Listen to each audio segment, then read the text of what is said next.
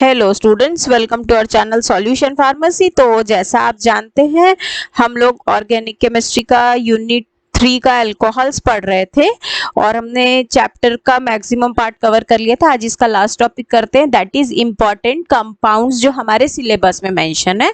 तो हम जिस नोट से पढ़ा रहे हैं, अगर वो आपको चाहिए हो तो प्लीज़ आप हमारा ऐप सॉल्यूशन फार्मेसी डाउनलोड कीजिए, वहाँ नोट्स अवेलेबल हैं। तो इस सीक्वेंस में हमारा पहला कंपाउंड है इथाइल अल्कोहल। इसका और एक नेम है इथेनॉल। अब देखिए फॉर्मूला, ईथ बोला तो आपको मालूम है 2 कार्बन, और अल्कोहल बोला तो OH फंक्शनल ग्रुप, ऐसा। अब 1 2 3 4 5, ये जो 5 वेकेंट बॉन्ड्स है, यहाँ पर हमने हाइड्रोजन्स लगाए तो फॉर्मूला बना C2H5OH।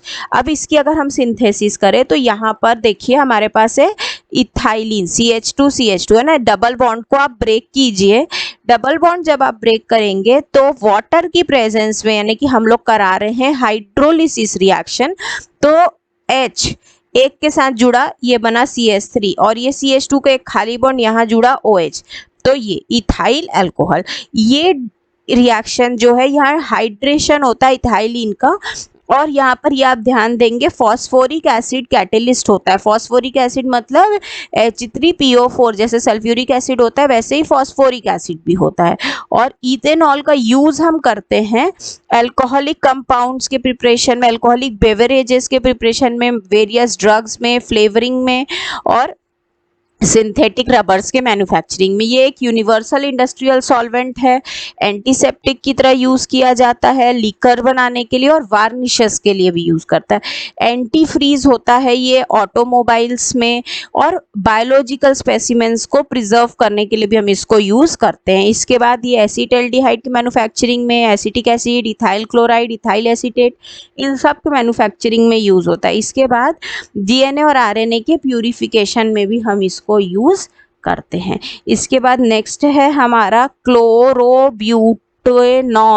क्लोरोब्यूटेनॉल जो होता है उसका सिनोनिम है ट्राई क्लोरो, मतलब 3 क्लोरीन होंगे, ठीक है।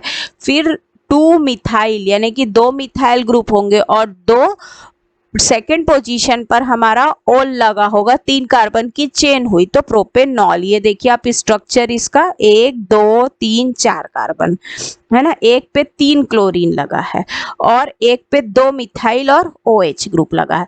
और बिकॉज ये 3 कार्बन की चेन है तो यहाँ पर प्रॉप वर्ड आ गया।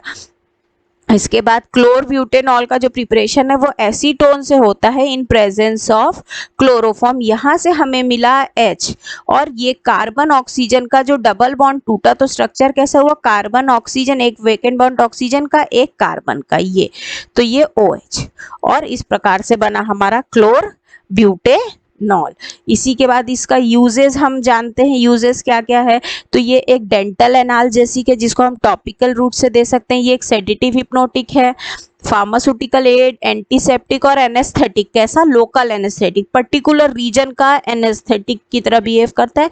इंजेक्शंस का प्रिजर्वेटिव है, आई ड्रॉप और माउथ वॉश के लिए भी प्रिजर्वेटिव होता है।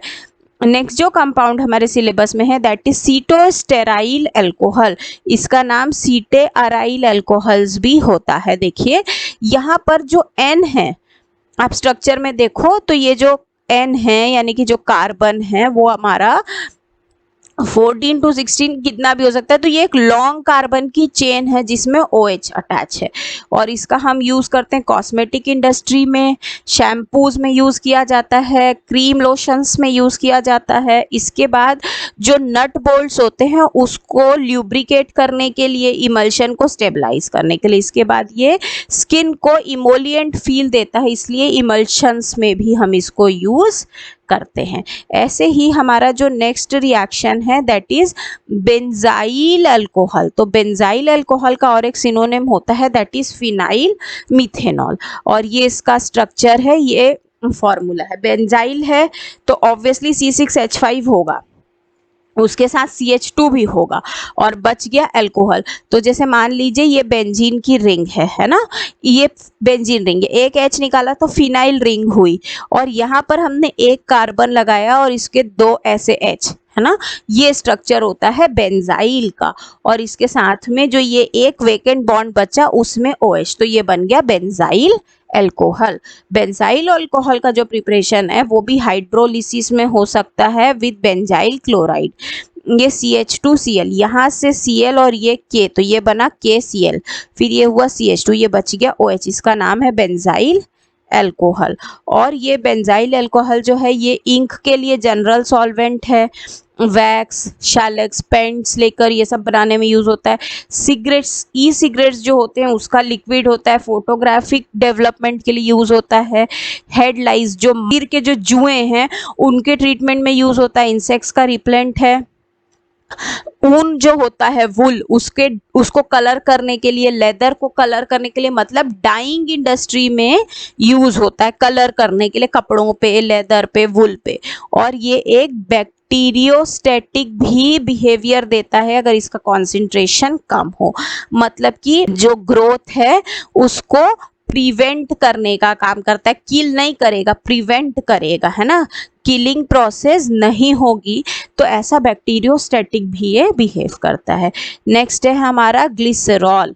तो ग्लिसरॉल का सिनोनिम ये है 1,2,3 प्रोपेन ट्राइऑल, इसका नाम है glycerine. See this is the formula. इसमें स्ट्रक्चर आप देखो, एक कार्बन, आपने ये वाले को अपन एक कार्बन मान रहे हैं, उससे स्ट्रेट बॉन्ड बनाया, ये वाले जगह पर अपन पहुंचे, और फिर उससे स्ट्रेट बॉन्ड बनाया और ये वाले जगह पर अपन पहुंचे, ऐसा, इस प्रकार से। अब आप देखिए तो फर्स्ट वाले कार्बन से एक OH लगा हुआ है, फिर ये आ गया, आप ये 1 कार्बन मान लीजिए, ये 2, सेकेंड नंबर वाले कार्बन पर आपने एक और OH देखा, और फिर आप ऊपर चले, ये 3, तीसरे नंबर पर फिर से एक OH देखा। अब जो डिफरेंस में बॉन्ड है, 2 बॉन्ड यूज हुआ है, 2 बॉन्ड खाली है, तो ये क्या हो गया, 2 नहीं, इसका देखिए आप 3 बॉन्ड भर गया, 1 2 3, तो यहाँ पर एक ही H आएगा और ये हो गया H2 ऐसा। तो इस प्रकार से आपको क्या बन के मिला, ग्लिसरॉल। तो ग्लिसरॉल जो होता है उसकी भी सिंथेसिस हम करवा सकते हैं जब हमारे पास लॉन्ग चेन फैटी एसिड्स हों और उसके प्रेजेंस में हम NaOH डाल सकते हैं, तो 3 Na, ठीक है।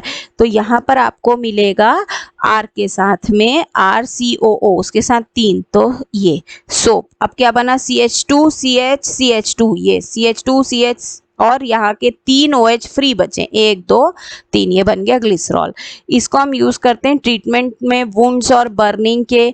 ये एक एंटी माइक्रोबियल, एंटीवायरल है, ये स्वीटनर है फूड इंडस्ट्री के लिए, लीवर के डायग्नोसिस में यूज होता है, लीवर के जो भी डिसऑर्डर्स हैं। देन ये एक प्रकार का ग्लिसरीन सोप है, लोशन, हैंड क्रीम है, और ये मेडिकल और पर्सनल केयर का प्रोडक्ट है। इसके बाद ये एक्सप्लोसिव है जो डायनामाइट और क्रोडाइट की तरह बिहेव करता है, और ये एक प्रकार का ह्यूमेक्टेंट भी है, यानी कोई चीज़ मॉइस्ट है तो उसको मॉइस्ट बनाए रखेगा, मॉइस्चर लेवल को मेंटेन करने के लिए हम इसको यूज़ करते हैं। इसके बाद नेक्स्ट है हमारा जो सिलेबस में, दैट इज प्रोपाइलीन ग्लाइकोल। इसका एक और नेम होता है प्रोपेन 1,2 डाइऑल। देखिए डाइऑल मतलब 2 बार OH ग्रुप्स होंगे, प्रोप 1 2 3, एक साइड OH एक और OH। अब जो बच गया खाली वो सब में लगा दीजिए आप H। तो इस प्रकार से जो स्ट्रक्चर हमारे पास डेवलप होके मिला, दैट इज प्रोपाइलीन ग्लाइकोल। और इसका यूज क्या है, ये वाटर को एब्जॉर्ब करने में मदद करता है। इसके बाद ये एक पॉलिएस्टर प्रिपेयर करने में यूज होता है, एंटी फ्रीज है, डिस्टिलरी में यूज होता है, ऑयल्स को फ्रेग्रेंस करने के लिए, फूड बेवरेजेस जैसे कि coffee, ice cream, whipped cream, soda, इन सब में यूज होता है। फार्मास्यूटिकल प्रिपरेशन में सॉल्वेंट है, वेटरनरी मेडिसिन है, और आर्टिफिशियल टीयर्स भी प्रिपेयर करने में ये यूजफुल होता है। तो स्टूडेंट्स ये कुछ इंपॉर्टेंट कंपाउंड थे हमारे सिलेबस के अकॉर्डिंग जो हमें पढ़ने थे। तो ये यूनिट 3 आपका कंप्लीट होता है। आई होप ये कंटेंट आपको समझ में आया होगा, आपके लिए यूजफुल होगा। तो फिर हम लोग नेक्स्ट क्लास में मिलते हैं। अगर आपको हमारा ये नोट्स चाहिए हो तो प्लीज़ आप हमारा ऐप सॉल्यूशन फार्मेसी डाउनलोड कीजिए, वहाँ नोट्स अवेलेबल है। तो फिर हम लोग नेक्स्ट यूनिट के साथ मिलते हैं। Till then thank you so much.